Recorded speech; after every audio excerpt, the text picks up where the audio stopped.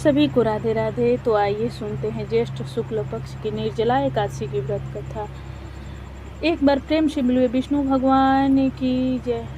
एक समय महर्षि वेद व्यास जी महाराज युधिष्ठिर के यहाँ संयोग से पहुँच गए। वहाँ महाराज युधिष्ठिर ने उनका समुचित आदर किया। अर्घ्य पाद देकर सुंदर आसन पर बैठाकर षोडशोपचार पूर्वक उनकी पूजा की। जब महर्षि सब प्रकार से निश्चिंत होकर बैठ गए तब भीमसेन ने हाथ जोड़कर उनसे कहा, भगवान, मैं बड़ी आपत्ति में पड़ा हुआ हूँ, दया कर आप मुझको इस आपत्ति से बचाइए। भीमसेन की ऐसे वचन सुनकर महर्षि व्यास ने हंसते हुए पूछा, क्या बात है भीम, निसंकोच कहो। भीम ने कहा, प्रभु, महाराज युधिष्ठिर, धनुषधारी अर्जुन, विचरमान सहदेव और बहादुर नकुल एवं सौभाग्यवती महारानी द्रौपदी इत्यादि सभी लोग एकादशी का व्रत करते हैं और मुझे भी विवश करते हैं कि तुम भी एकादशी का व्रत करो। महाराज, आप तो जानते ही हैं कि भीमसेन का जीवन अन्न पर ही आश्रित है। एक दिन भोजन न करने की बात तो अत्यंत दुष्कर है। एक क्षण भी बिना खाए यह नहीं रह सकता। तब आप ही बताइए कि किस प्रकार यह मेरा धर्म संकट दूर हो। भीमसेन के ऐसे वचन सुनकर व्यास जी ने कहा, मानव धर्म की संपूर्ण कथा मैं तुमको सुना चुका हूँ, साथ ही वैदिक धर्म की भी कथा तुम्हें समुचित रूप से सुनाई है और यह भी बतलाया है, समझाया है कि कली काल में वे समस्त धर्म कार्य करना असंभव नहीं तो कठिन और दुष्कर तो जरूर है।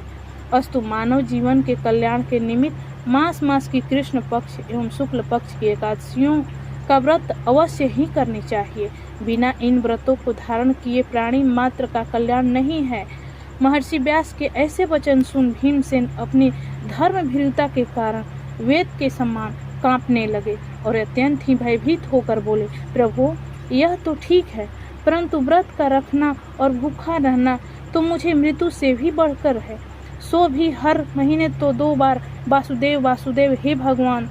अब आप कोई ऐसा व्रत बताइए कि जिसमें ज्यों त्यों कर एक दिन भूखा रहकर ही मैं पापों से मुक्त हो जाऊं। भीमसेन की ऐसे वचन सुनकर महर्षि वेद व्यास ने कहा, अच्छी बात है, मैं तुम्हें व्रत बताता हूँ, उसको करो। एक दिन की व्रत का पुण्य फल मास की समस्त एकादशियों से बढ़कर होगा।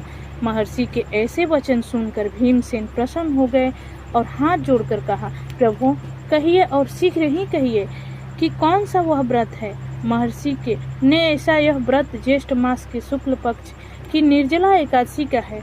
तुम श्रद्धा भक्ति सहित दशमी को सोते समय भगवान को प्रणाम कर उनकी मानसिक पूजा करो, अर्थात मन ही मन अपने शैया पर बैठकर, जिस बेड पे आप बैठते सोते हैं उसी पे बैठकर मानसिक पूजा की जाती है। मन ही मन भगवान को याद किया जाता है। हाथ जोड़कर अपने मन को इस प्रकार संकल्प करो कि प्रभु, कल मैं ज्येष्ठ मास के शुक्ल पक्ष की निर्जला एकादशी का व्रत करूंगा। मुझे शक्ति दो कि मैं अपने व्रत को पूर्ण कर सकूं। इस प्रकार प्रार्थना कर सो जाओ। दूसरे दिन निर्जला एकादशी का दिन होगा। बिना खाए पिए निराहार और निर्जल रहो, यहाँ तक कि आचमन इत्यादि में भी जल न ग्रहण करो। इस व्रत के प्रभाव से स्त्री हो व पुरुष सभी के मंद्राचल जैसे भीषण और महान पाप भी अवश्य ही नष्ट हो जाते हैं।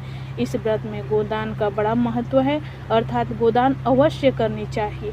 यदि कोई गोदान देने की सामर्थ्य न रखता हो तो उसे तांबा, पीतल या मिट्टी की पानी भरा हुआ घड़ा, उसमें थोड़ा सा सोना छोड़कर और उसे नवीन वस्त्र में लपेट ब्राह्मण को श्रद्धा और भक्ति पूर्वक दान करनी चाहिए। इस प्रकार जल दान देने एवं स्वयं व्रत समाप्ति तक जल न ग्रहण करने वाले प्राणियों को एक एक क्षण की कोटि गोदान की फल की प्राप्ति होती है। उस दिन यह कार्य अर्थात यज्ञ, दान एवं जप आदि कार्य करने वाले को अक्षय फल की प्राप्ति होती है।